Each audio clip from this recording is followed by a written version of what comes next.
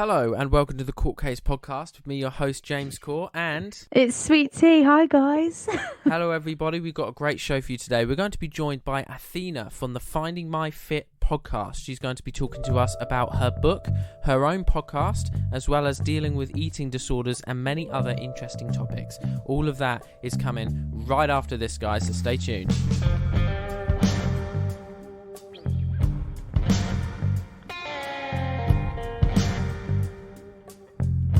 Happy Friday, everybody. We are joined by my co-host Sweet Tea, as well as Athina from the Finding My Fit podcast. Hello, hi everybody. So it's really nice to meet you, Athina. How long have you been in the podcast game before? Oh, so firstly, thank you for having me on. And how long have I been in the game? I think I started my podcast around May/June of last year. So it's coming up to a year, which is pretty exciting. Yeah. Wow. That was a couple of months before us, so Yeah. I think a lot of people started podcasts last year because they were bored in the lockdown. literally, yeah, I wouldn't be surprised. So why did you start one sort of in the first place? Was it just boredom in lockdown, or did you have a purpose? Well, I've been listening to podcasts for, it must be about 2 or 3 years now, and I've always wanted to start my own podcast, and I just kind of never really, I wanted to start one that was with like one of my girlfriends, like chatting about, I don't know, just random here, there and everywhere, just everything. And because I'd moved out of my hometown, I wasn't really living near enough to them to kind of get together and record the podcast. So I thought, so I kind of just thought, oh, I can't really do one because I don't live near my friends who I want to do one with. And eventually I just got to the point where I was like, why don't I just do one by myself? So I kind of just started it just on a whim, really. It was kind of just in the middle of the lockdown. And I was like, there's no better time to start than now. So I just did it. Yeah, no, that's fair enough. That's and good. It's going really well. You're nearly on 2k followers on Instagram. Yeah, I am. Yeah, thank you. That's so cool. It's always like a slow growth, and I don't really focus too much on like the followers. It's more like the interactions, and I think there's a really nice podcasting community on Instagram. Like everyone's so supportive. So definitely. I really love that. Yeah. That's sick. And what would you say like your favourite experience has been so far doing it? Oh, it's so difficult. I honestly love all of it, and when I started the podcast, I didn't really, it was kind of just like a little passion project, like, oh, I enjoy talking about things, so let's put a podcast out there. But I think it's grown into like a much bigger part of my life, and I do really love the fact that I can do collaborations like we are today. I can speak to people from all over the world, and these are people that I would never have spoken to otherwise. I'd never have come across them. So I think my favorite experience is the fact that I can just speak to people from here, like everywhere, like every single country. So definitely that. Oh yeah, that's so cool, isn't it? Yeah, I love it. We've done a few so far, and I've really enjoyed the collabs. But recently, I listened to, I think not your most recent one because you did one yesterday, but your one from Monday with Liz Newcomer from the Resiliency in Running podcast. She's so lovely. Yeah, that was a great one. You guys were both so knowledgeable, and it was really nice to hear your experiences. Oh, thank you so much. But I listened to your overthinker one because I am an overthinker as well. Oh, I hope that one helps. Yeah, no, it definitely did. It was a good tip, so I'm going to try and take them on board. Yeah. Thank you. Have you got a favourite collaboration or one that you recommend people listen to? Oh, do you know what? I was trying to think about this, and I can't. It sounds really like cliche, but I can't actually pick a favourite because I feel like all of them have been. Every single person I've spoken to has had such knowledge and, just such good information to share with my listeners. So I can't pick a favorite because everybody has been amazing. Yeah, that's good. I mean, if we were posed to put that question, we would probably say the same thing. You don't want any of your collaborators listening to the podcast and be like, what the hell? Exactly, yeah. But I see that you've written a book as well. Yes, I have. So my book released last September, and it's been pretty amazing since then. I've had such good feedback and a lot of amazing messages from people who've said that the book has really inspired them. Oh, wow. Is it like on Amazon or? Yeah, so it's called Diaries of an Anorexic, A Recovery Journey, and it's available on Amazon as a paperback or a Kindle. When I first wrote the book, I was going to write it just as an ebook, for people to download, but then I put out a little question on my Instagram and I said, do you guys prefer physical books or do you prefer ebooks? And a lot of people said they prefer to have like a paper copy of a book. Yeah. So I went through like the process of getting it published, and so it's available paperback or ebook. That is such a cool achievement. Yeah. Oh, thank you so much. Wow. It's always been on my bucket list to publish a book, actually, at some point in my life. But what is the publishing process like? Is it difficult to get it done? Well, I think there's a couple of different kind of methods you can go down. You can either be kind of fully self-published. It can be like half self-published, half through a company. Yeah.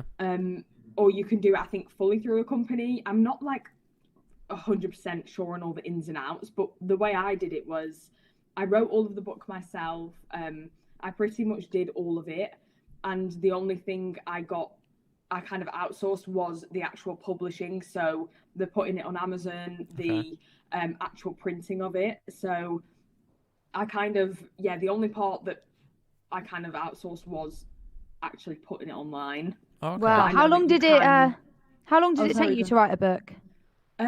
I started it when did I start it? I think I started it not last December, the December before. Okay. So it only took me about 6 months, and then to actually publish it and get it online, that process was about 3 months. But I think it didn't take me very long to write, because the book that is available now is literally the first draft of my book. I didn't rewrite it. I obviously proofread it and changed little bits, but I think when it's your story, it's very easy to write. Yeah, no, I get what you mean. Of course, but I found as soon as I kind of started typing, I could easily get through a whole page of writing without even really having to think too much, because it was just my story. Yeah, no, that's really cool. And so because you've been obviously dipping your fingers in a few different pies there, if you had to like pick one route to go down professionally, would you rather go sort of like the written route or like the podcasting route? Oh, good question.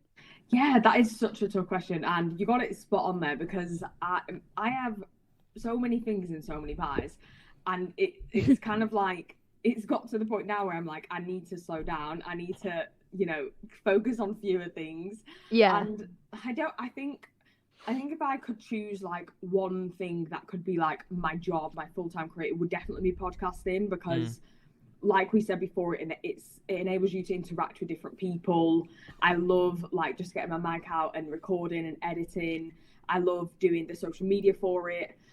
So like I would definitely, I think in the future, love to write another book, but I think if I had to pick one thing, it would be podcasting.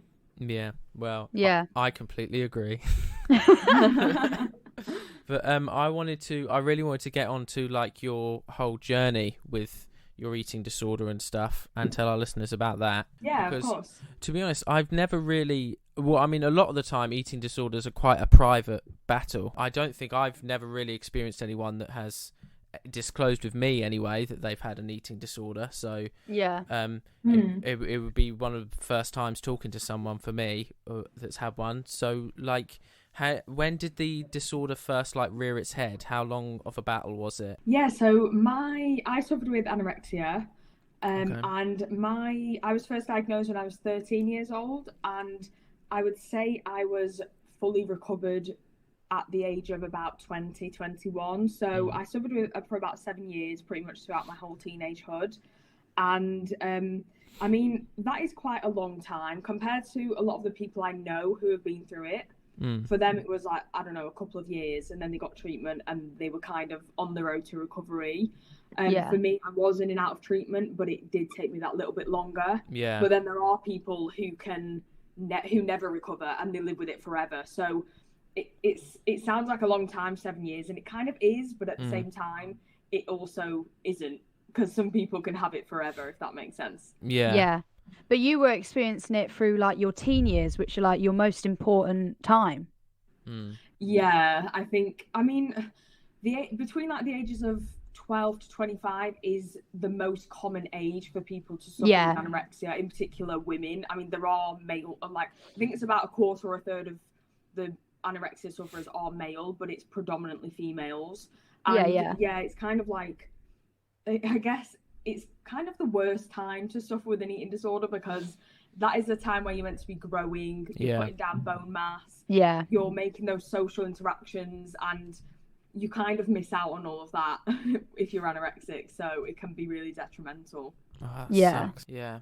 But I mean, I think I've watched like I think one sort of show on TV that sort of represented anorexia on the screen, and anorexia, sorry, and they said that in the show it was sort of like whenever they looked in a mirror, they did not see a thin person at all. They saw someone that was like sort of normal or fat, and they couldn't see that they were thin. Is that what it was like? It's like body dysmorphia is what you're talking about. Right. Yeah, so I mean, a lot of anorexia, I mean, body dysmorphia in itself is kind of like a separate entity, but definitely a lot of anorexics do suffer with body dysmorphia. I would say for me, I mean, it's hard to explain, because obviously I looked in the mirror and I could see that I was skinny, I was emaciated, I was very underweight. I could see physically that was the case. Right. But at the same time, I didn't think I looked that bad. And now when I look at pictures of myself when I was anorexic, I'm like,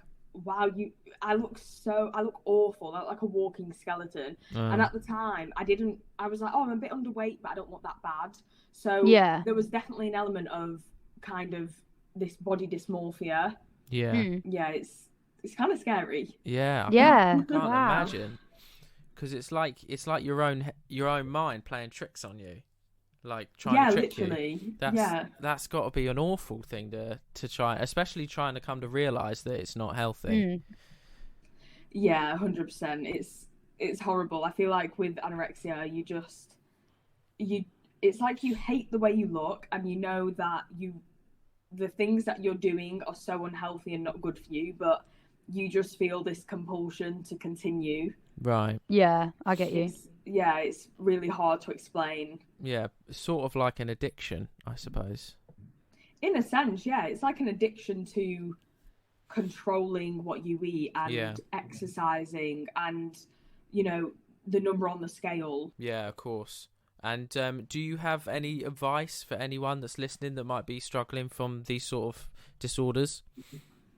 Oh yeah, it's so difficult. I think the number one advice I would give to anybody who's suffering is to reach out to the people around you and try, because it's very difficult when you are in that mindset to actually open up to people, because you feel like nobody understands what you're going through. Nobody is going to be able to help you. But I think reaching out and trying to be open and talking about your thoughts and your feelings will really help in the long run, and just building that kind of network of people around you that you can go to when you are feeling really down or when you're really struggling. Of course, yeah. Communication's key. Yeah, I think it's really good that you have a platform that people can obviously come to you. I don't know do you get messages from people like coming to you and being like, I'm experiencing this, how did you, cope with it? Like asking for advice, basically. Oh yeah, I get a lot of messages like that. And I think especially recently, because after releasing my book, and I have spoken about it like a little bit on my podcast and my personal Instagram before, but I'm trying recently, I've kind of expanded my coaching, because I'm kind of like an online coach with health and fitness, and I've expanded that into eating disorder recovery coaching as well, because that's definitely like an avenue that I want to go down. I'm really passionate about helping people get through their recovery. So I think since I've started speaking about it a little bit more on my Instagram accounts, I've definitely had a lot more messages like that, and it kind of hurts my heart that other people are suffering, but at the same time I love that they've managed to reach out to me, and they've felt strong enough to reach out and ask for help. Yeah, no, that's amazing that you're there for them. Yeah, I think sometimes even if it's someone you don't know and it's someone on the internet, Yeah. if they've been through the same thing, it can really help. Definitely. It's not as frightening when you're just messaging someone and having to have a sit down conversation with them. Yeah. Exactly right. Yeah. Yeah. So, judging from these messages that you've gotten and obviously your own experiences as well, how rare would you say eating disorders are? Do you think, are they more common than people think, or? Oh, do you know what I think they probably are more common than people think, because not even if someone is anorexic, they may not look anorexic. You know, that person might be recovering, so they're going through recovery, so they've gained a bit of weight, they might look normal on the outside, but they might still be anorexic on the inside. At the end of the day, these are mental health disorders, so Yeah. the way that somebody looks on the outside doesn't necessarily reflect the thoughts that they're having. So I do think that sometimes people have this misconception of, to have an eating disorder, you have to look a certain way, you have to be very underweight. Yeah. And that's definitely not the case. And of course, anorexia isn't the only eating disorder. There's bulimia, there's OSFED, there's obesity. Obesity, some people say it's an eating disorder, some people don't. But the point is that, you know, they come in all shapes and sizes. So I think they're 100%. rarer than people think, for sure. Yeah. I mean, sorry, more common than people think. Yeah. Wrong way around. I think our generation is obviously, I think, very sympathetic for things like this. But I mean, I've seen, like, on TV and on YouTube and things like that, the older generation that are just more sort of just like, well, why don't you just eat something? Did you did you have a good amount of support from, like, family and friends when you were going through it, or was it more like that? Oh God, I feel triggered by hearing those words. So, why don't you just eat something? Because the amount of times I heard that was just insane. If I got a penny or even like £1 for every time someone said that to me. Oh my God, that's awful. Yeah, I honestly think it's just this misunderstanding of, especially because I was going through it when I was in secondary school, and people, like kids when they're teenagers, they don't understand things really very well, and kids are they dicks. don't understand the impact of what they say. Yeah. So I did get that a lot. You know, I always remember my friends, like, you know, when it would be like break time at school and someone would have like a bag of crisps and they'd share the crisps out to their friends. Yeah. And I always remember them, they would always come to me and I would say no thank you, because I just didn't want to eat the crisps. Yeah. And they would always like, oh, go on, just be a daredevil, just have one, in like a jokey way. And it always used to get to me, because I just think you're joking about this and you have no idea what I'm actually going through. So I think in terms of my friends, definitely not really any support there. I mean, they're not my friends anymore. So yeah. Of course. My parents were insanely supportive. I couldn't have asked for more understanding parents. That's good. I think the fact that they've been through this journey with me has made them understand a lot more about anorexia. And really, the only family I have is my parents and my brother. So in terms of my family, yeah, I did have a nice amount of support. That's good. Good. Yeah. Yeah, they really helped me get through it. That's the most important thing in a way, because you just want a safe space to come home to, don't you? Yeah. Yeah, exactly right.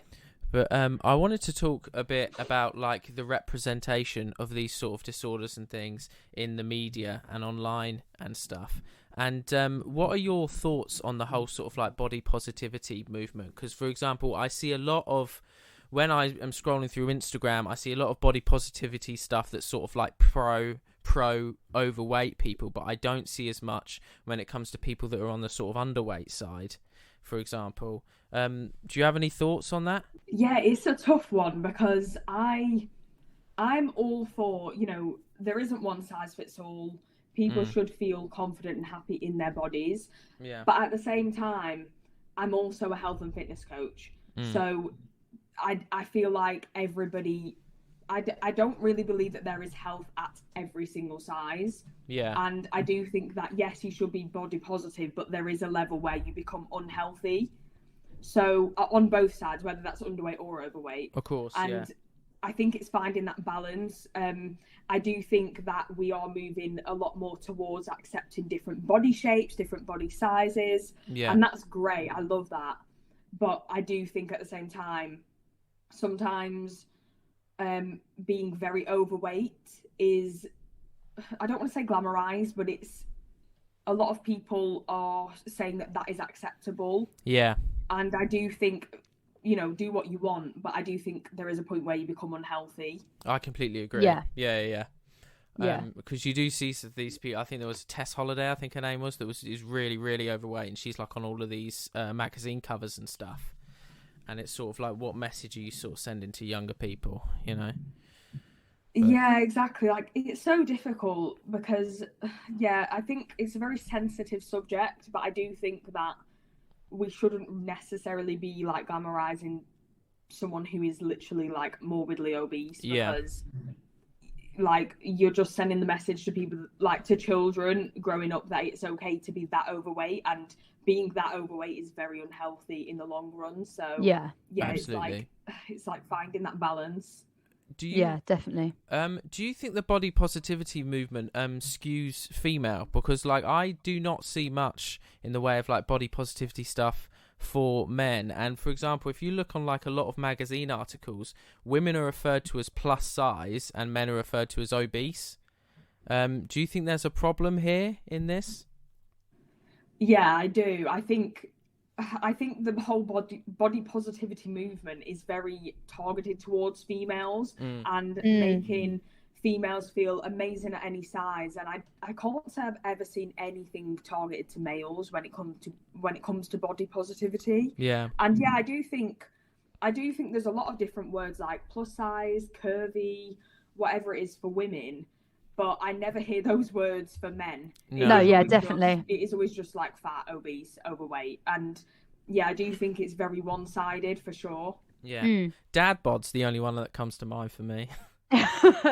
Oh yeah, I guess there is dad bod, but then I feel like dad bod is not necessarily like obese, it's just like a little bit overweight, isn't it? Or like, I don't know, I don't really know the terms that well, but like just a tiny bit of podge, isn't it? Yeah.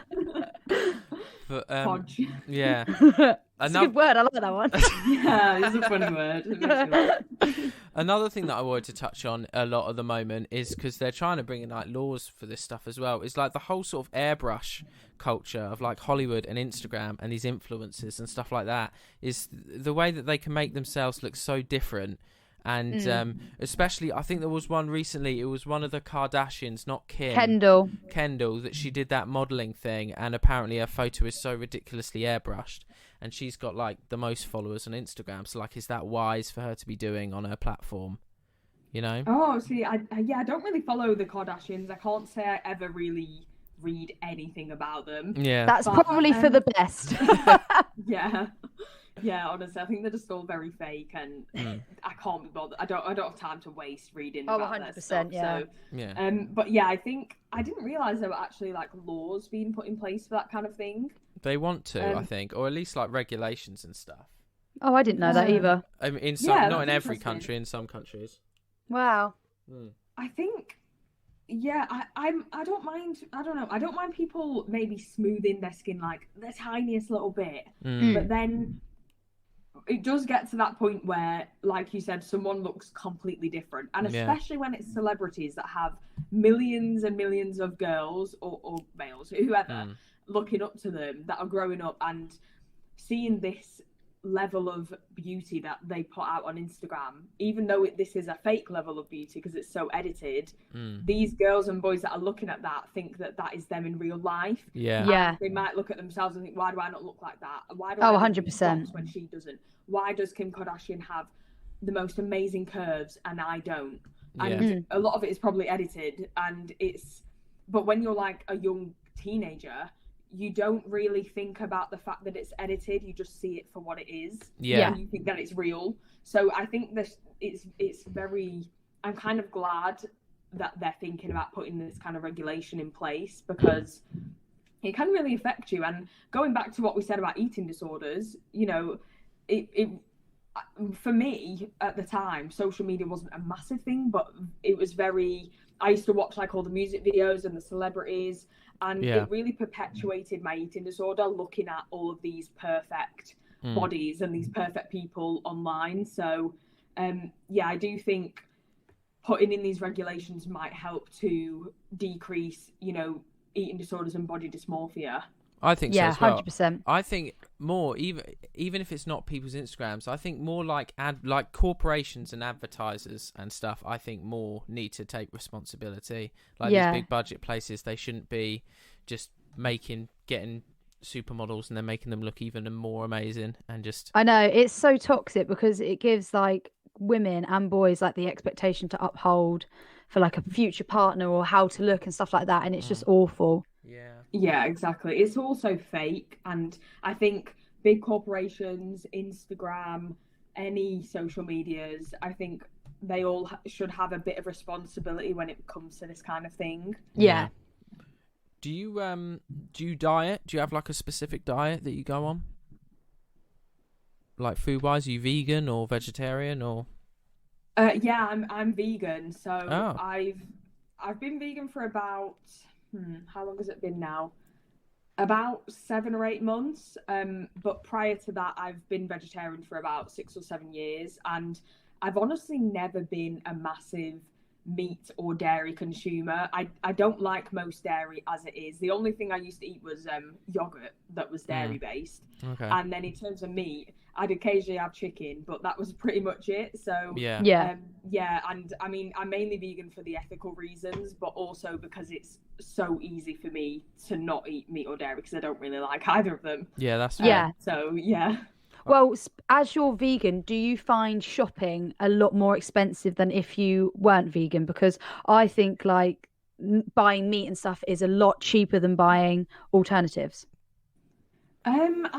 I do think some vegan food is very expensive, but at the same time, it's quite difficult for me to compare it because I think when I was before I was vegetarian was when I lived at home, so I didn't really buy my own food. Okay. Whereas pretty much since I've moved out and since I've been at uni and lived on my own, that's when I've kind of transitioned into full vegetarian or vegan. But I think it can get really expensive, especially the meat alternative products.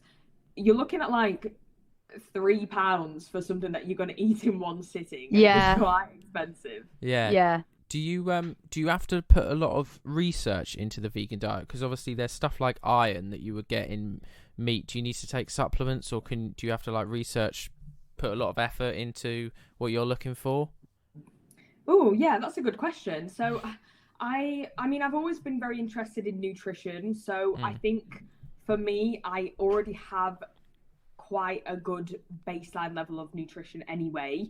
But for somebody who has no idea about any kind of nutrition, they want to go into veganism, the main supplements they do need, or the main things that they need to look at is really the calcium levels, iron, zinc, and B12. Okay. And you can get all of these in supplements. You can get all of these in food, in vegan food, apart from B12.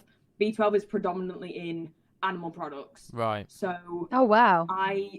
So you kind of have to take a B12 supplement if you're vegan, or you just are deficient in it, but I wouldn't recommend you to do that. Right. No. Yeah. The supplements I take are, I take a multivitamin, I take B12, I take calcium and magnesium, and I take zinc and omega-3s. So I take quite a lot. Right. I don't think you need to take all of them, but I like to be covered. Yeah. Do you take them all at once every morning or evening? Yeah, I literally just take them all in one go. Wow. Solid. Get it over with. Just pill popping every morning. But we're coming towards the end of our interview. Did you want to tell everyone where we can find you? Yeah, of course. So firstly, thank you for having me. It's been so fun to speak to you guys. And I guess my podcast is called Finding My Fit. Mm-hmm. It's available on pretty much every podcast platform. The main places are Spotify, Apple, Google. Yeah. If you want to check out my Instagram, I have two. So I've got one that's my name, Athina Crilly, and I have one for my podcast, which is Finding My Fit Podcast. Cool. I'm also on TikTok and YouTube. And if you want to find my book, it's available on Amazon. Brilliant. Amazing, perfect. You've got a website as Loving well, all that plug-in. Yeah. I have so many things. I'm like, this is a big list of stuff. But, you've got a website, haven't you, for your coaching?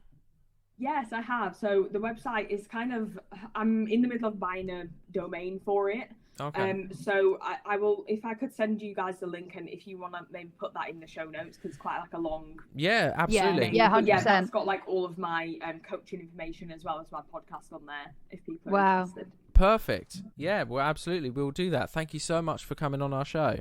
Yeah, thank you so much. I love what you're doing. Keep it up.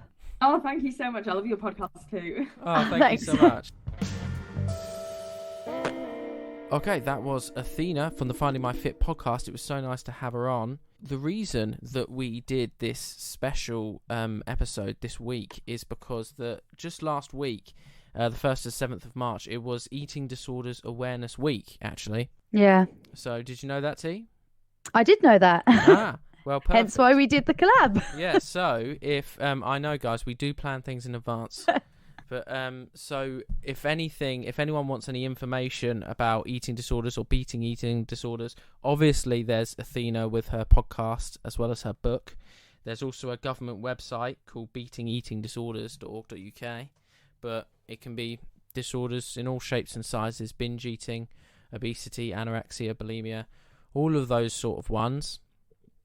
So, but no, it was really nice to hear a genuine, serious story. It's not all... Yeah, it was nice to do a serious podcast episode instead of a normal jokey one, Yeah, it's not all fun and games, is it? No, there is some, there's serious stuff happening. Yeah, no, of course. But how did you find it, T? I thought it was really good, really informative, and she's a really impressive woman. She's doing a lot for people, I think. So yeah, no, definitely. Yeah, hopefully it all pays off, and definitely contact her if anyone is in need of help. We'll have to write a court case book at some point. Oh God, what would we even write one about? I don't know. What? I don't know. Just the amazing journey that we've taken so far in the podcasting world. Yeah.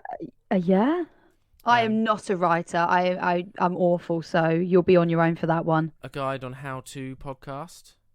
I mean, yeah. So we can do that for that people. Could be a cool one. Like we could go down the coaching route like Athena, but teach people how to do a podcast instead. Exactly. Yeah. Sorry, Athena, we're now copying you.